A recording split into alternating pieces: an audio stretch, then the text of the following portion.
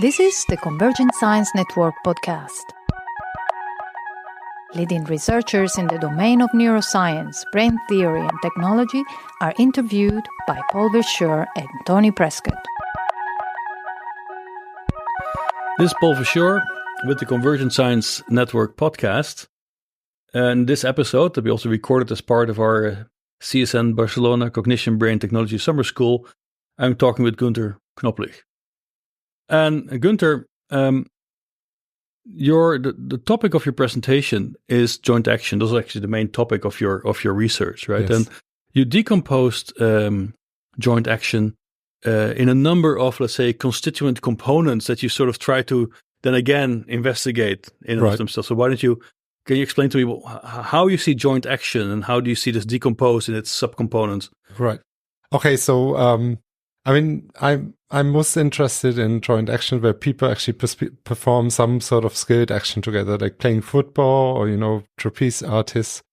And one big question in this field is how do they achieve temporal coordination? How do they not miss each other? How do they pass the ball in time to score a goal and so on?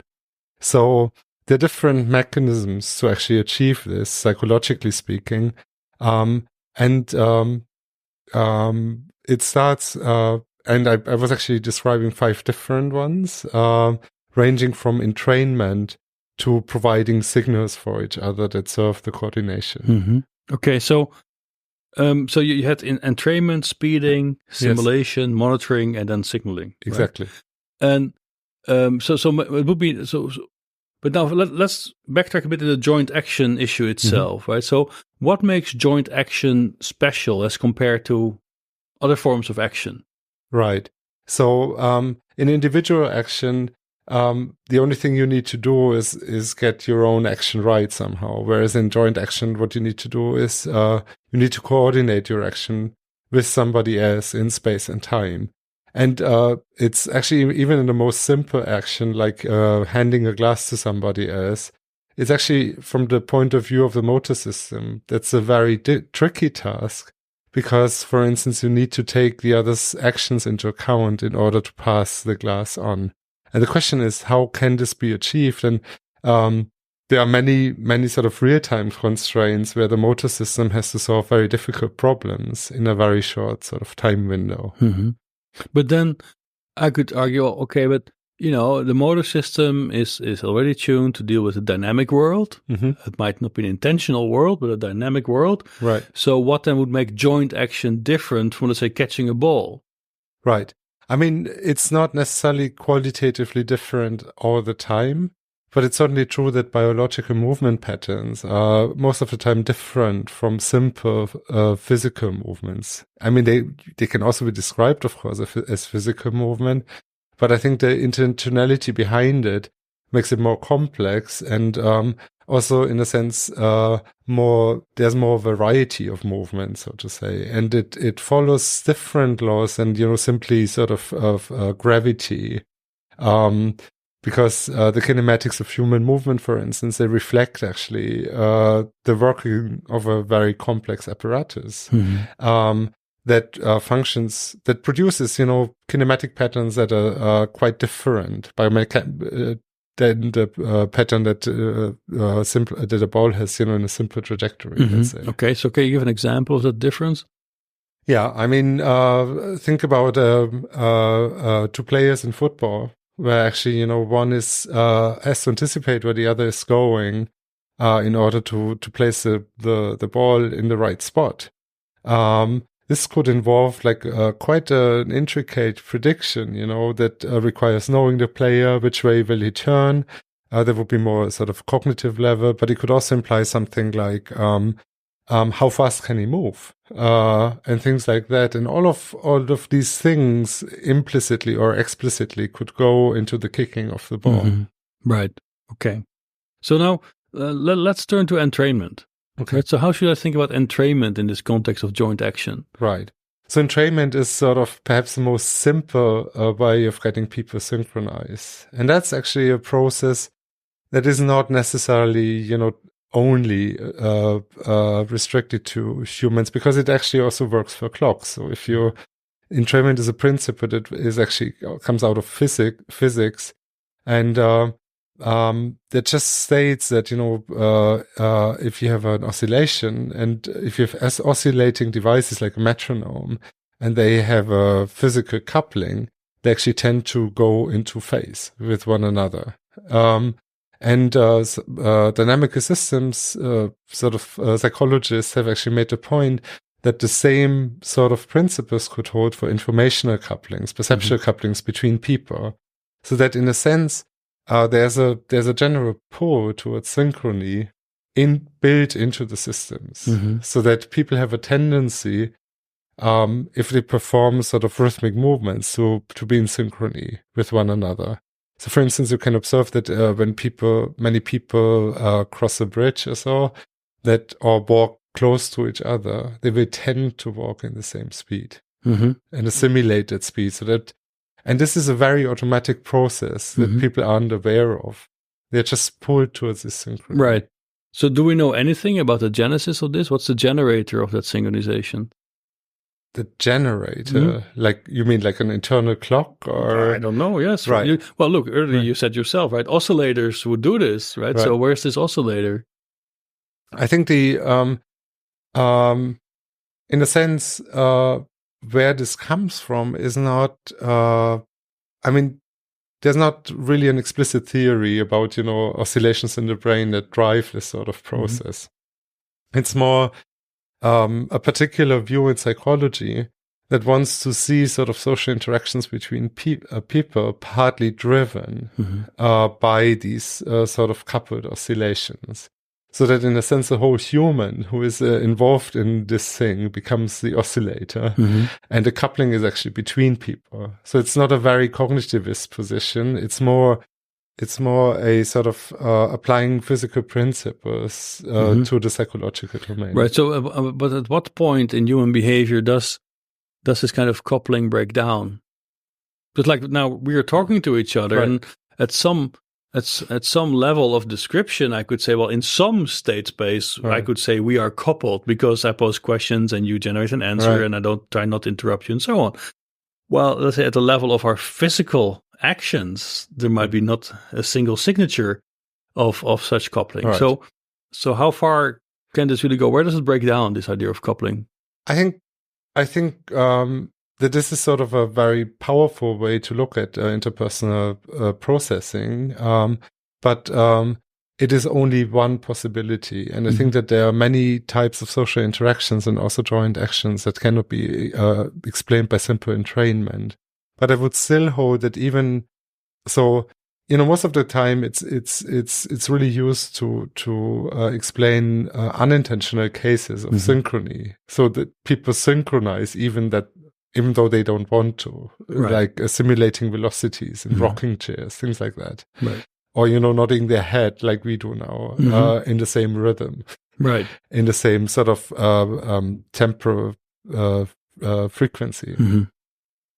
But it can, of course, also be used, like, let's say, in dance, as something that becomes part of an intentional joint action. But in these cases, of course, the pure synchronization is not enough.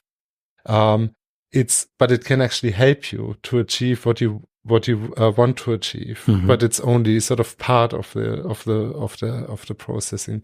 And in other cases, I would say entrainment actually works against the coordination that is required, because we don't always need to be in the same rhythm or in the same pattern. Exactly. Yeah.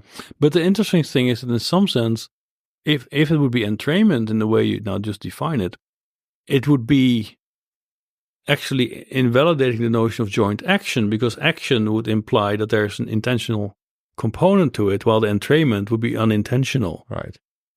That's perhaps a little bit of a problem with our definition of joint action, which we want to be very broad, so that when I say action, it doesn't necessarily imply an intention, let's say.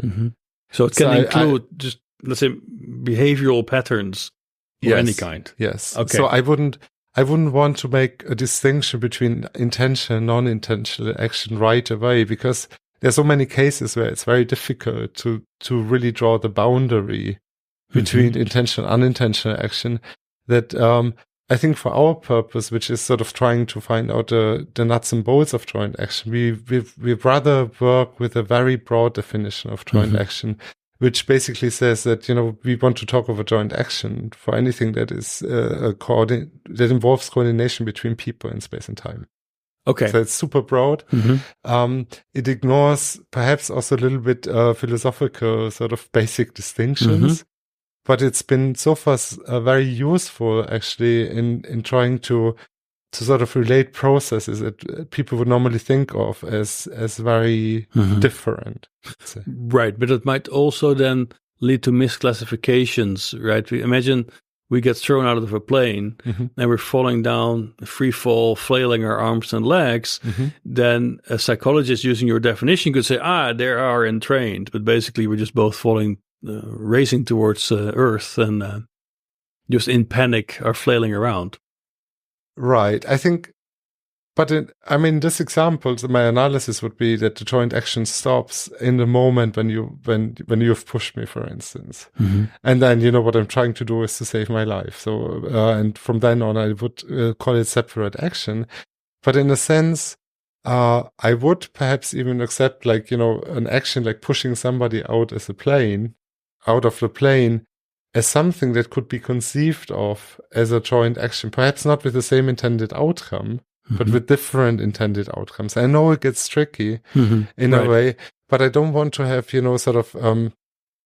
also competition versus cooperativeness. I also want to stay away from that distinction, because for these sort of rather low-level nuts and bolts coordination processes, it might not matter so much whether you're in a competitive game or whether you're trying to play cooperatively. Right. For instance, in table tennis, you can do both.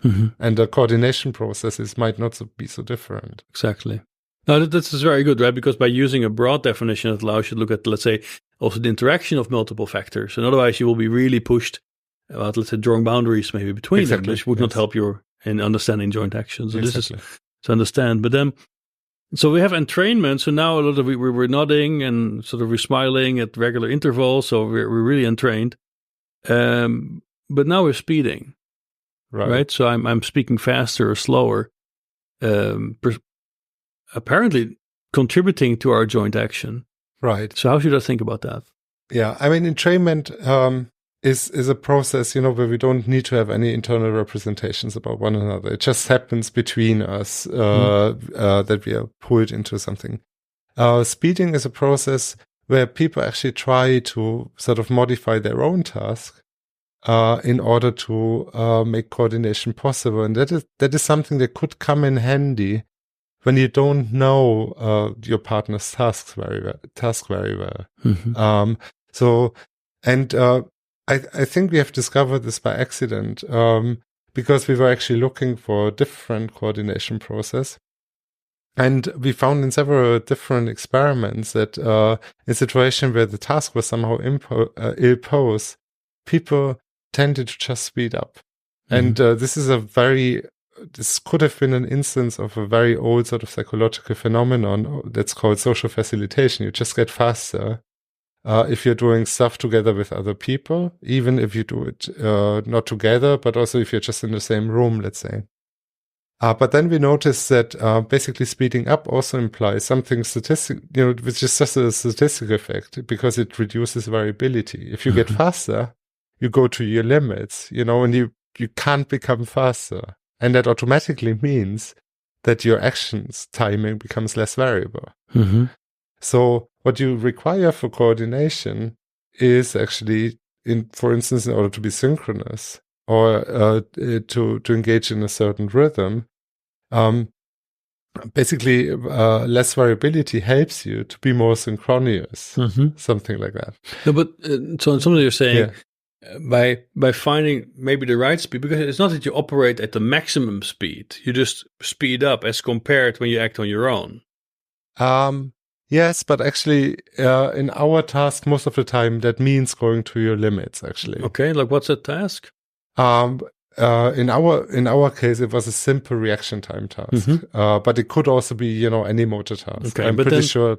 But the point you to make is, okay, by speeding up, you become more predictable, and this would facilitate the joint action. I mean, it would help the other to deal with you. Yeah. It's not even that. I mean, you're not trying to make yourself predictable for the other. You're just speeding up. And, that in itself, basically, reduces your variability.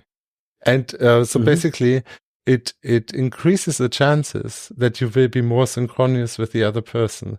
So, for instance, if you go faster and faster and faster, basically, if you have to clap a very slow rhythm together, for instance, and you need to stay 1 second apart or something like that, it's pretty likely that if you try to do that now with clapping, we would produce large asynchronies, and our clapping wouldn't fall together. If we clapped very fast, we'd have a pretty good chance actually that actually these variabilities would be much lower. And in the same sense, basically, speeding up can help you to be in time with one another. So the speeding up effect is more closely related still to the entrainment we talked about before, or not? Because you're saying by speeding up, you increase the probability to synchronize. So that would be a form of entrainment, or not? I mean, okay, so I think we have to make a distinction between synchronicity and entrainment. Okay. So I think entrainment is one process that can produce synchronicity. That's right. But there are other processes that can produce synchronicity too. Okay. And I think what I'm saying is that speeding can also produce synchronicity. All right, understand. So for you, synchronicity is in some sense then synonymous to joint action in a broad sense. Like joint action, by definition, must show some synchronicity. Many joint actions need to show that. I mean, some other joint actions would actually require turn taking. Okay, fair enough. Yeah, yes, okay, very good. Yeah, you're right. So, but for this subclass of joint actions, because I mean that was also one main message of the talk, to say that in a sense, in order to solve different coordination problems that you have in order to perform joint actions, you can have different processes for solving these coordination problems. And it's not a single one, so to say. Right, okay. And speeding is one that can actually help you to be in synchrony with another person if you don't know a lot of other stuff about that person. Right. And it is a strategy, because we were only observing it in the experiments when we asked people to be synchronous with one another, and not when they sort of perform the task independently. So, in a sense, it can be speeding can be an intentional strategy that can actually lead to achieving synchronicity. But now tell me, if in the speeding, this component of speeding, it seems to imply that the behavior itself is again oscillatory in some way. It has some frequency component, and I'm sort of speeding or slowing that frequency element. Right. This now helps me to catch up with this other oscillator, which is another human doing something. And then once I caught up, I can now set my frequency equal to the other. Right. Okay, so it's like, so maybe speeding is not the best way to name this. Okay. Because we don't mean sort of speeding up in a task. We mean sort of speeding up compared to individual performance. So that basically what we had was actually individual reactions to a stimulus. So it's not a rhythmic action like, in a rocking chair, right, but it's sort of discrete responses to stimuli. Sure. So, and if you need sort of this, for these discrete responses to stimuli, speeding up would be a strategy to be synchronous. But then, if I understand it well, then it's like, if you compare the joint case versus individual case, you see that in processing discrete stimuli, like my reaction time to the stimulus, there I'm faster, right? So this is the data, right? But then in your interpretation of something like, but by speeding up, I make it more likely to synchronize with the other. That's something that is supposedly going to happen after you saw the stimulus, because we only know now we're speeding up to see the stimulus. No, I think it's a general strategy, really. I mean, it's sort of a different mindset of approaching the task, because what we saw in our experiments is that people actually didn't speed up during the experiment. So there's a constant difference between the individual and joint condition right from the start. Okay, so that it just means when you are asked to do it synchronously with me, you're going faster, and you do that right away, so to say, and that modulation is an order of magnitude, I guess not, but it is pretty much. So it's a task where people would normally, in the individual condition, would normally require about 400 milliseconds to respond. The joint conditions, they are 50 milliseconds faster. So it's, it is quite it's quite substantial. It's not sort of a it's only 50 milliseconds, but in experimental psychology, in that sort of time window, it means a lot. Exactly. Sure. No, so, this is a big effect. It's a huge difference. So, but I think our most convincing data is in analyzing the correlations between reaction times, variability, and asynchrony. Okay, because what people need to achieve is asynchrony. And what you can show is that if you ask people to synchronize intentionally, basically, you have a big relationship between reaction times and variability, and again between variability and asynchrony, and no relationship between direct relationship between reaction times and asynchrony. Whereas in an unintentional condition, the main relationship is actually a direct relation between the reaction times and the asynchrony. So, and variability doesn't play a role, which really means that, that the relationship, that people are really sort of speeding up in order to reduce variability, which in turn actually reduces the asynchrony. So, but that at least is our interpretation. Right, exactly. Yeah. So, because now you see there's you see a causality here. Right? And it's only correlations. I have to admit that. Yeah. Okay. Yeah. So I want to ask whether you had any way to really now dissect this assumed causal structure. Have you made progress on that? Well, I think our argument would be that you have to do exactly the same at least primary task in an unintentional condition and in the coordination condition. And just the requirement for coordination completely changes the pattern of correlations between the three parameters. Right. And so, but again, it's only correlations, and I think we have to find manipulations that allow us to sort of add, for instance, variability in order to actually provide further evidence for this. I was wondering about how this would generalize, right? Because imagine it's not, let's say, an image detection task or something like that, but it is a task where you use different modalities, or maybe it's even more an active task. Would you also believe, or do you have information that the same speeding occurs? I think it's a very generous strategy. So if you, because it just means that as soon as you don't know, when you know, you need to be synchronous, and if you and another person have roughly the same task, basically when you speed up, it's likely to work better. But I could also argue, well, maybe it's a form of competition. You want to just be better than the other. That's why you speed up. Right. Is that an alternative explanation? It is an alternative explanation. And it would be, I think, many people would be sort of more interested. Also in social facilitation, heightened arousal is the explanation. Exactly. But I think our only point is what we want to point out is here's this very simple strategy, how, changing the performance on your own task could actually help you to achieve synchronization with somebody else. Where, most of the time people would think, well, in order to achieve that, you need to decode the other's intention or, simulate the other's actions. Right.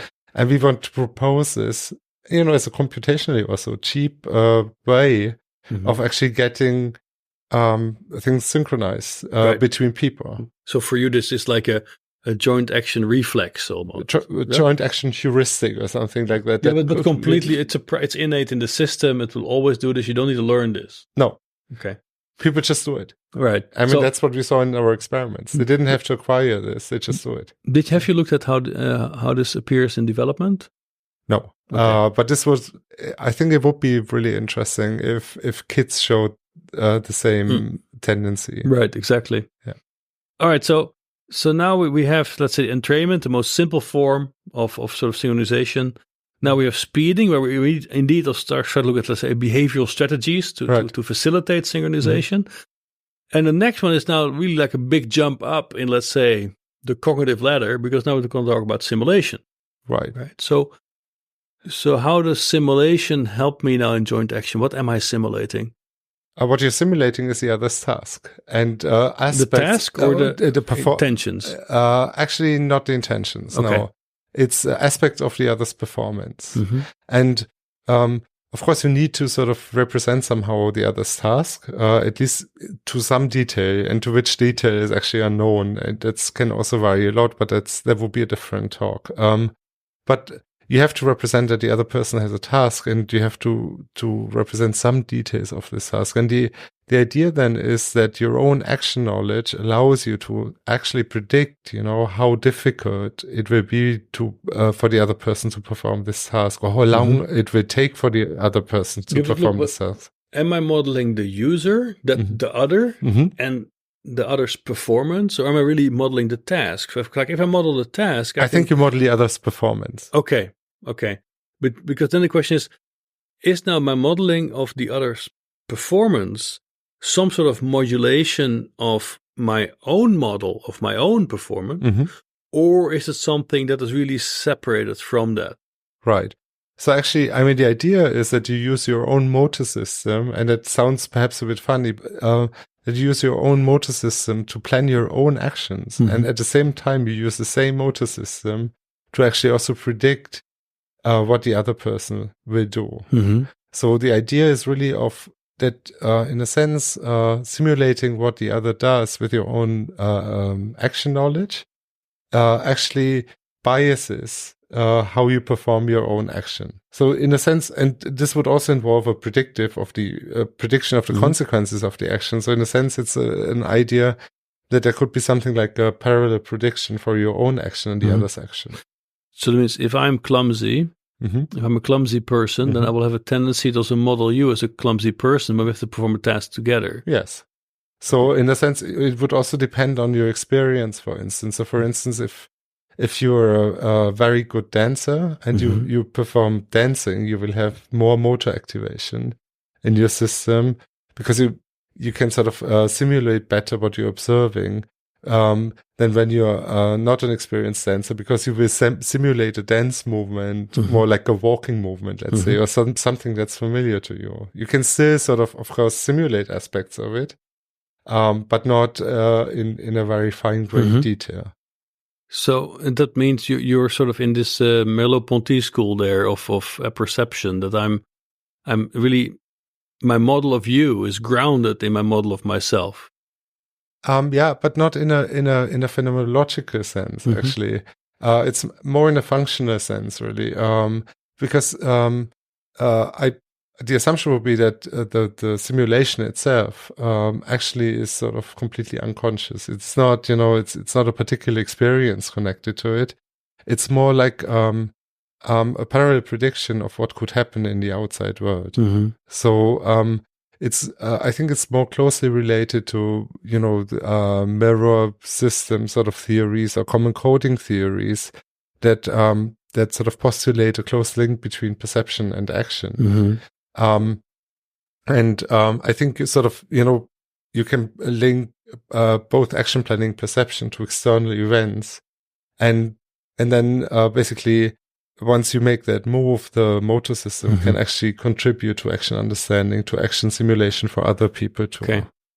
Okay, but then your simulation model is a bit more like a forward model in some sense, right? Yes, I'm just predicting states of the world, and the other is just another aspect of that world, who then also has an impact on that world, so changing its properties. So I can just make now forward predictions about what this impact will be. That is true, but in some situations, I mean, one task that we used in an EEG study was, I'm handing a bottle to you. That was basically the task. Mm-hmm. And then we were looking at preparation components for motor actions, for motor initiation. And the interesting finding there was that the person who was actually sort of receiving the bottle was showing a sort of motor peak that normally see for processes of motor simulation at the point where the person who was giving initiated their action. Mm-hmm. So much before they actually initiated their own receiving action, right. Which was sort of very clear evidence that we had that the motor system was actually making a contribution, was sort of simulating the other's actions mm-hmm. in addition to one's own action. Right. So now, but in simulation, what I've interested, it's very operational. You define it in very operational terms, right? So you're not including anything about making inferences about the goals of the other, mm-hmm. or so you think that is not really a required component to account for joint action. Oh, it's absolutely a required component. I'm just that's sort of the aspect of joint action I didn't talk so much about, which is sort of you have to have a goal representation that allows you to define different roles in the joint action and also the joint outcome that you want to achieve. Mm-hmm. And the idea is that this sort of goal representation actually drives the simulations. Okay. And reaches into the motor system. Mm-hmm. And so that basically, this sort of top-down this sort of high-level planning structure, let's say, actually sort of gets tied into the motor system, and then does the appropriate simulation, also takes care of the integration of the information that comes out of the motor system. Right. Okay. But then the specific task that you described here was this musical task, right? We have two people playing on a piano. Right. It was under monitoring, though. Oh, sorry. Okay, Yeah. I'm sorry. Yeah, this is one step further, but it was interesting to see that also in that task, actually, you had an impact on, let's say, with respect to predictions pertaining to the other or the self, right? But okay, let's discuss that experiment. And when we hit the monitoring, maybe I'm moving too fast here. But now for the simulation, to what extent? So you could imagine that I have a generic simulation system, right, in my brain, like a mirror mechanism, and with all sorts of bells and whistles attached to it. Would a generic modeling system or simulation system be sufficient to support joint action, or should it have some special ingredients that make joint action then standing out from just predicting other aspects of the world? I think it would capture different regularities. So I don't think that it would necessarily need to be completely different in that it would also, of course, capture regularities, but the regularity that it captures would be very different. And especially in those cases where people perform highly coordinated actions. So for instance, if you take two dances, well coordinated tango dances and so on, so that in a sense, the specifics of the other's body and movements would become part of your own prediction models. So that, and so, one way of thinking about this would be saying it's not different because it also captures regularities, just like any other forward model. The other way of thinking about it would be that, here we have a system that captures a different type of regularity that doesn't only depend on my body, but also on another body. Right. And could that perhaps capture, regularities that are then interesting to use for other functions in the system, so that, being in close interactions with others could perhaps even have, let's say, something like implications for your bimanual coordination, something like that, or could and the other way around would be, that perhaps in order for joint action, you could, and that would be the similarity again. Could I use by my bimanual models where I have to have some similar coordination problems as when coordinating with other people. So if we are shaking hands, I can do that with my two hands too. Can I use the bimanual models as a proxy, to bootstrap my joint action model from? Things like that. Okay. But then, but you do see a continuity there. There's not. Yeah. Okay. It's not fundamentally different, but I could still imagine, for instance, if we wanted to talk about modules or separation of function for a bit, that because of the different type of regularity that these forward models capture, because there's perhaps more dynamics or more complex dynamic, or because the biological movement has invariant characteristics somehow, it could still be sort of a specified way of modeling. But the capturing of regularities would be the same. Right, exactly. But then how quickly in development do you see this ability to capture this and to make predictions? Right.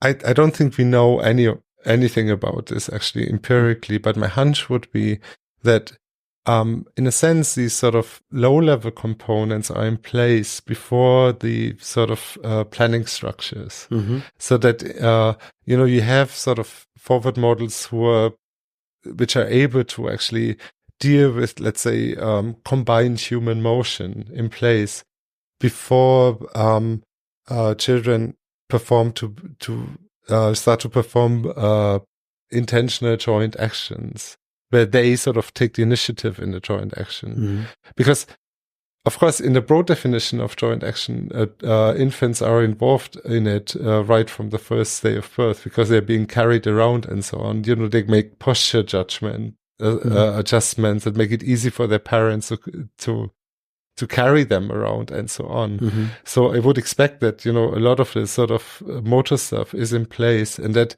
sort of the developmental boundary they have to cross really is more in the development of task representations that allows them to keep, self and other together, assign different roles to different actors, things like that. Right.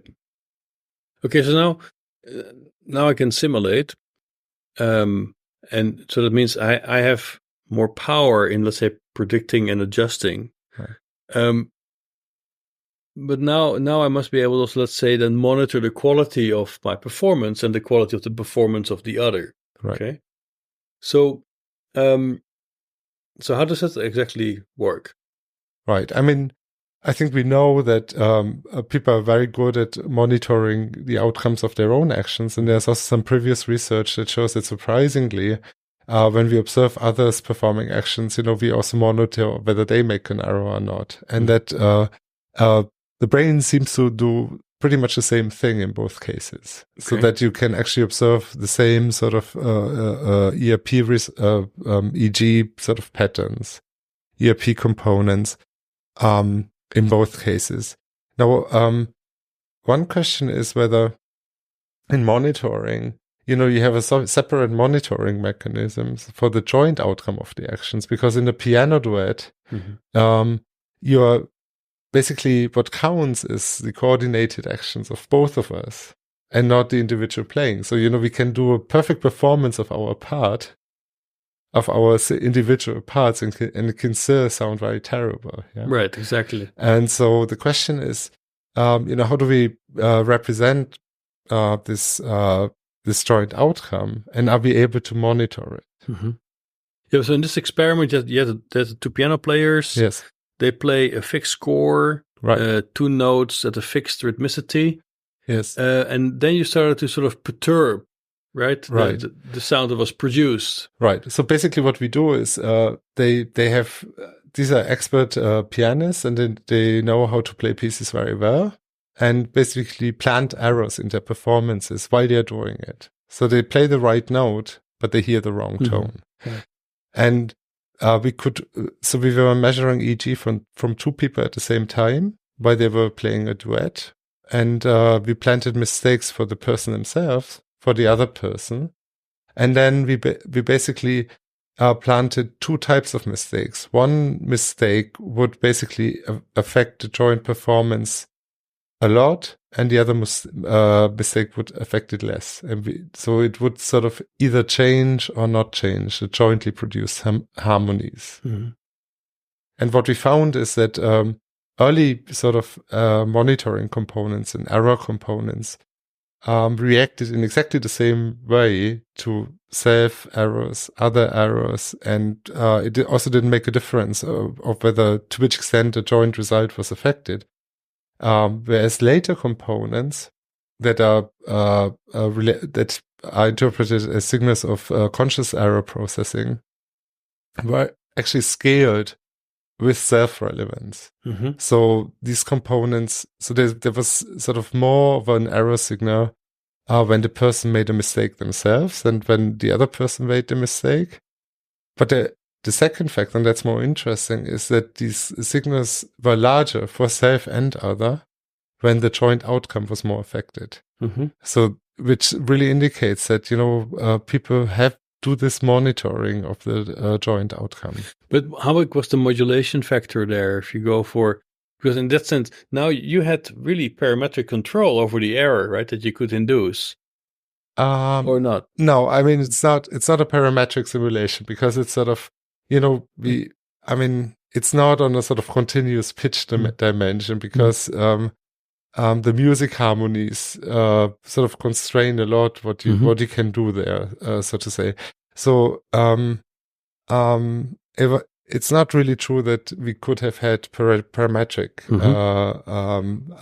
violation. Mm-hmm. So we could only sort of come up with, and that was tough enough actually, experimental manipulations where we had we actually changed the joint harmony or not. Mm-hmm. Okay. So either there was an error or there was no error. This is. I mean, there wasn't. Okay, so in all four cases we planted errors, but these errors could be sort of individual in the sense that they didn't affect the overall harmony. They still fit into the jointly produced harmony. Okay. So it was just. We replace one tone that belongs to a particular chord, let's say, with another tone that also could belong to that chord. So the chord remains unchanged, okay? Whereas in the other case, we actually change the pitch so that the chord actually flips. Okay, and that changes the joint result more. Right.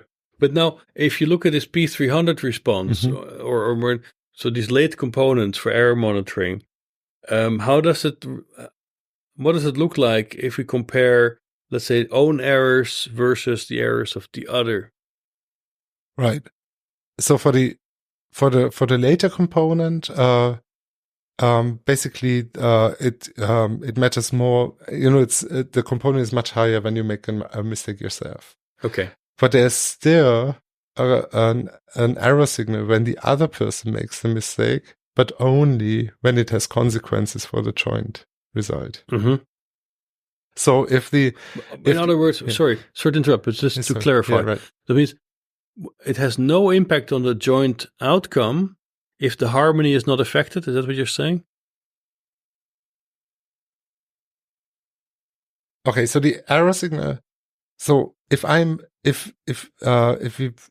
planted an error in your playing, you would always find the error component. Okay, yeah, exactly. And if I'm your partner in the piano duet, we would only find an error component if my error affects our harmony, but not if it doesn't affect our harmony. Exactly. Okay, all right.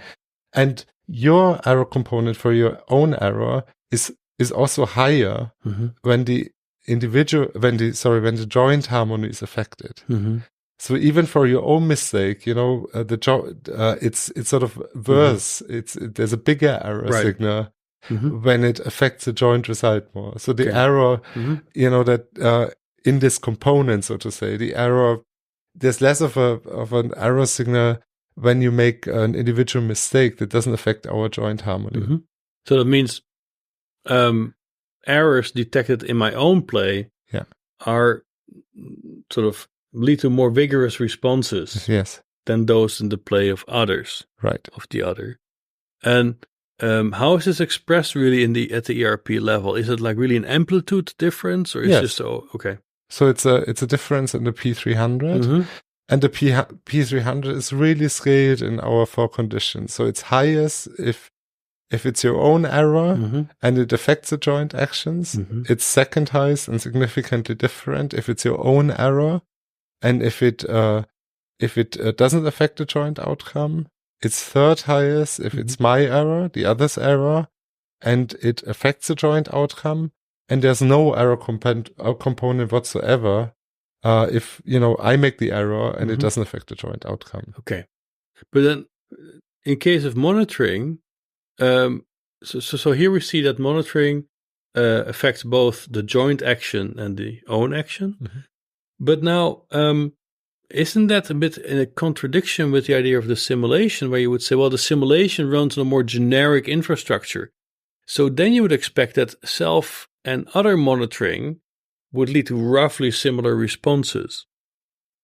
I would guess, okay? I mean, you know better than me, but isn't it surprising to see that there's such a big difference between these two?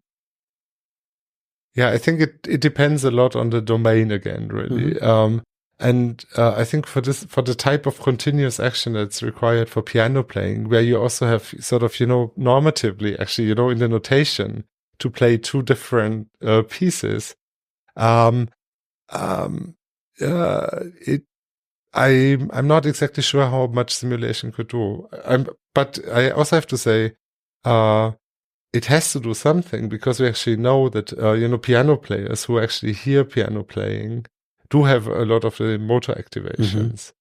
So, perhaps it, depends a little bit on which aspect, so that, in the piano playing, when it comes to pitches and harmony, you actually have to keep it separate for self and other, and, the joint harmony has to govern stuff. But if you looked at the expressive dynamics, perhaps, perhaps you would still apply sort of aspects of your own actions to these sort of expressive timing aspects. Right. So, there's no reason to believe that only one or the other process can be active at a time in a joint action. Right. So now we have a monitoring system, and then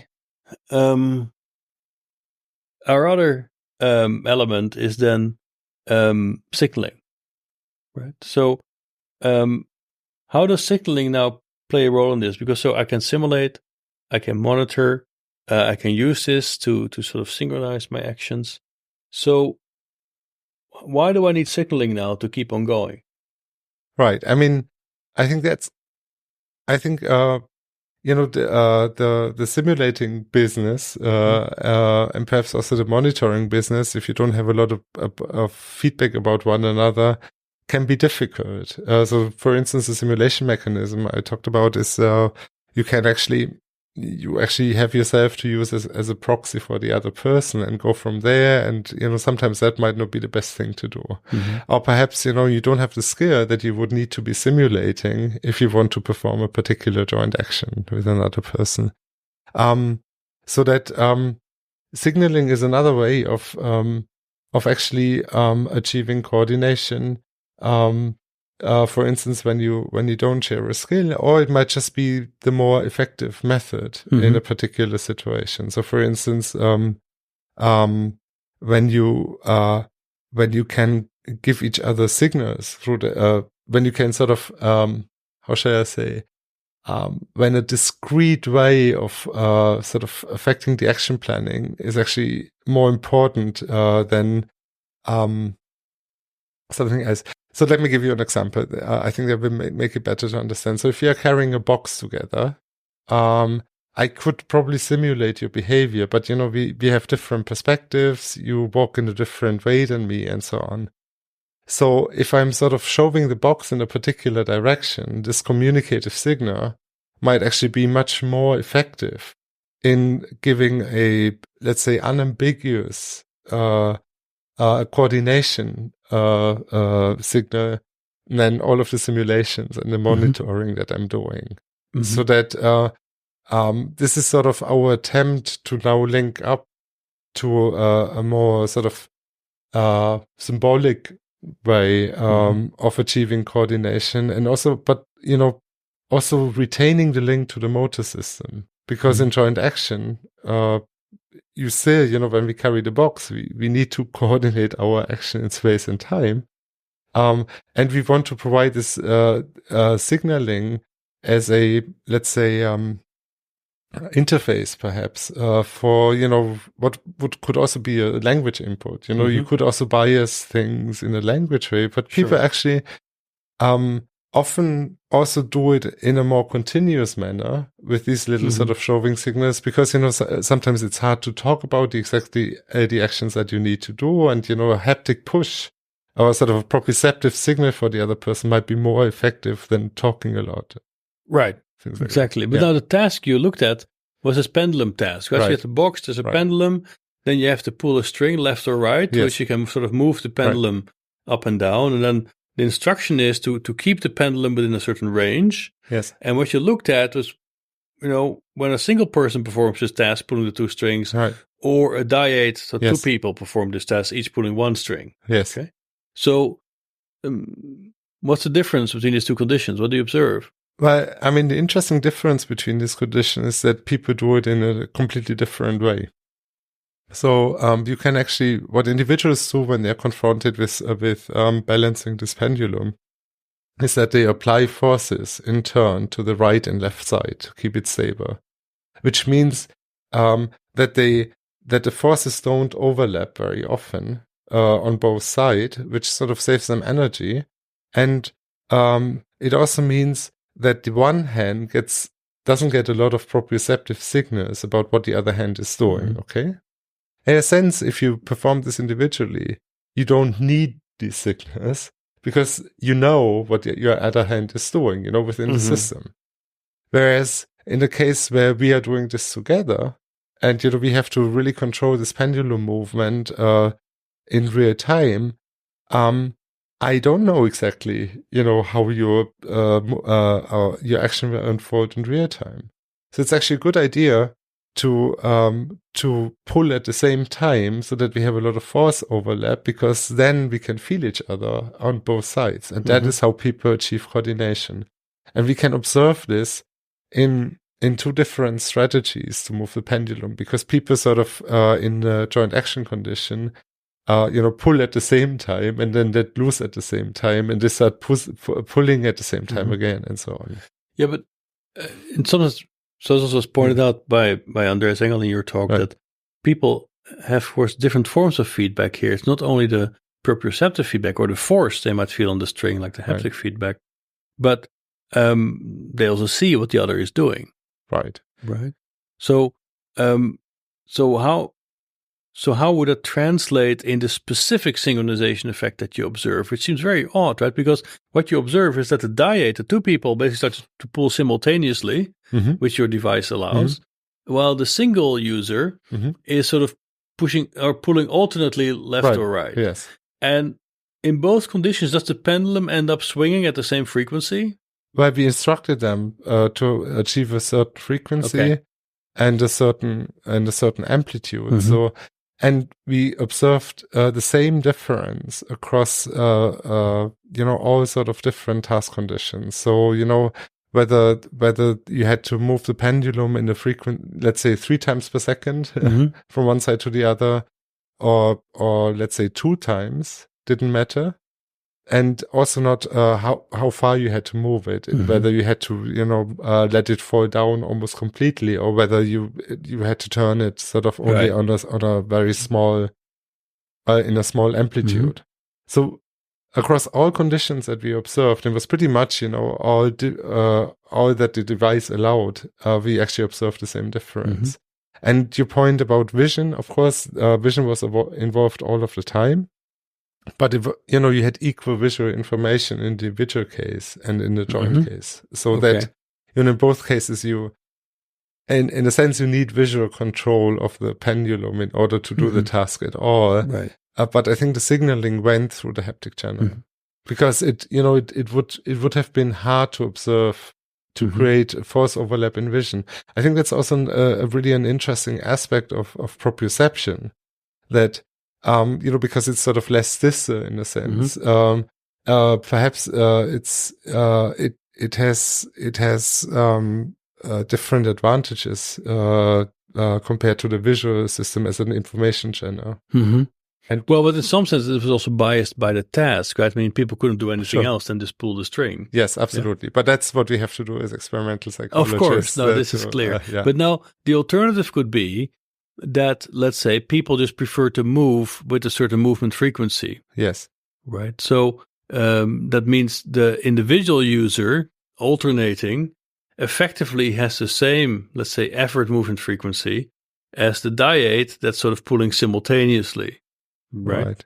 So because with one swing of the pendulum, you still move an equal amount of pull, an equal amount of times. Can you exclude that is sort of movement frequency? We can exclude that with sort of the tempo manipulation that we did, because in a sense, we were going from I think it was like one turn per second, or actually 2 turns per second, to up to 5 turns per second, and that is a wide range of tempo, basically, and we observed the same differences in all of these conditions, whether you were going fast, whether individuals and groups were going fast or small, the difference was always there. But now the other thing about signaling is that, in some sense, you could argue this haptic feedback is more like an implicit signal, because if I'm part of the dyad, I'm not really sort of deciding to, okay, let's inform the other about what I'm doing. You get it for free because I'm pulling the string. Yes.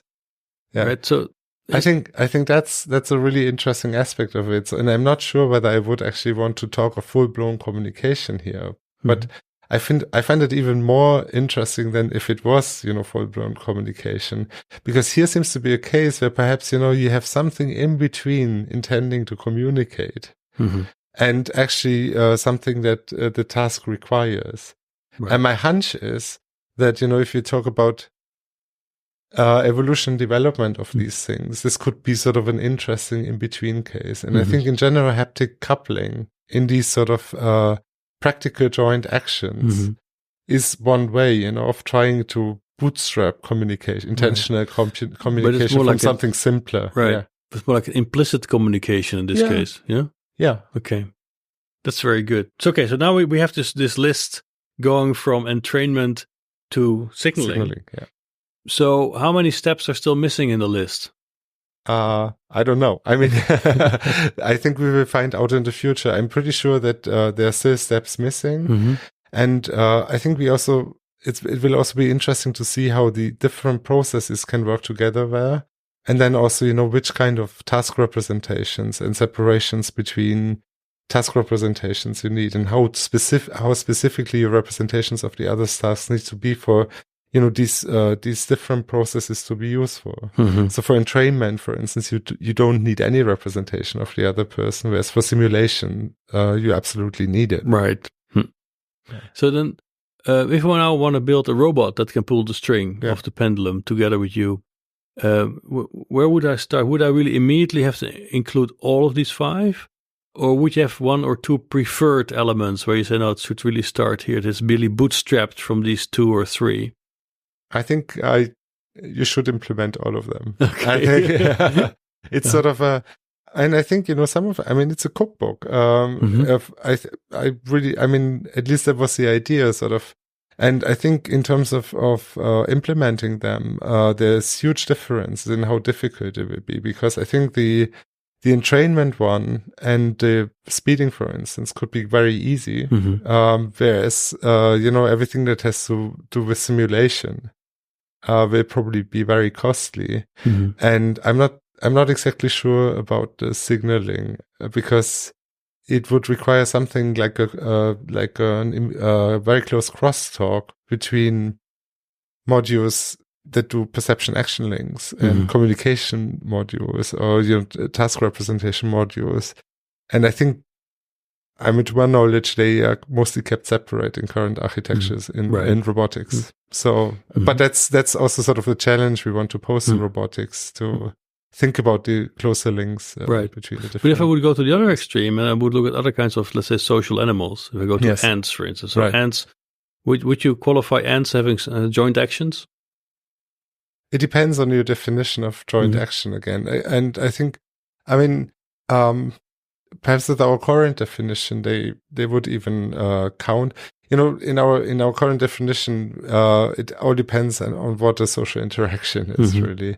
And they can do coordination in space and time. So I would think that, certainly entrainment would exist on a level between ends. And then I think what they do, and we haven't explored that at all, is also use the environment a lot to actually, achieve coordination. So yes, I think, I wouldn't be completely opposed to call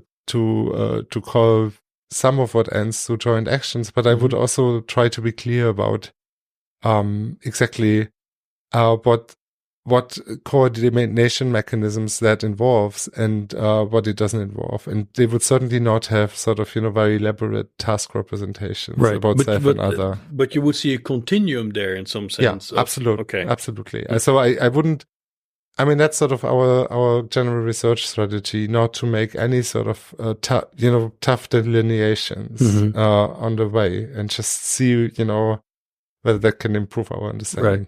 Okay, very good. So then, to finish up, 2 questions. So you are studying this whole domain of, let's say, social interaction or joint action intensely for many years.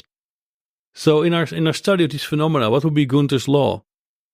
Guenther's law? Yeah. Oh, that's a tricky one. Guenther's law.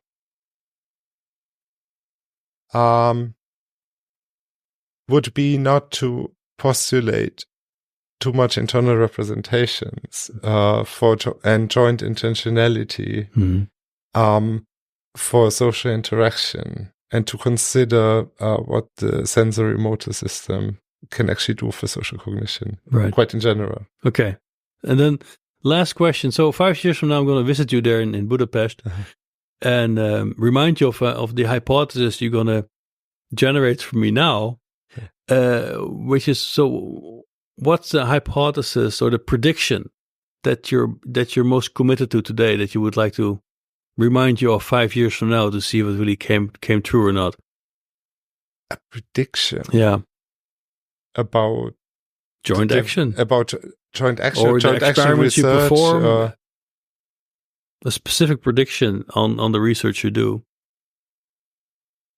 Okay, maybe I should rephrase that as a hope, but I will predict that we will have increasing impact on sciences that are interested in culture, and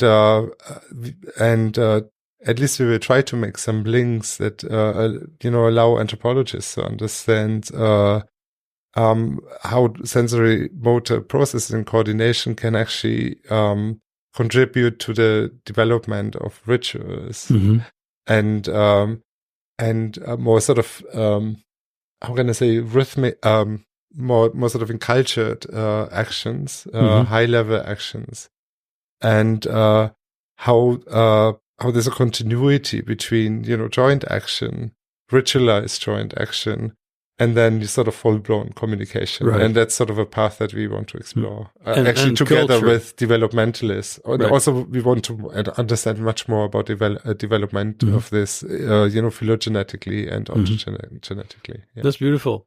Well, Guenther Knoblich, thank you very much for this interview. Okay, thank you.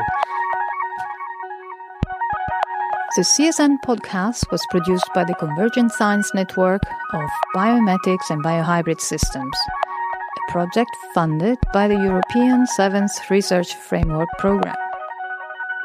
For more interviews, recorded lectures, or upcoming conferences in the field of biomimetics and biohybrid systems, go to csnnetwork.eu. And thank you for listening.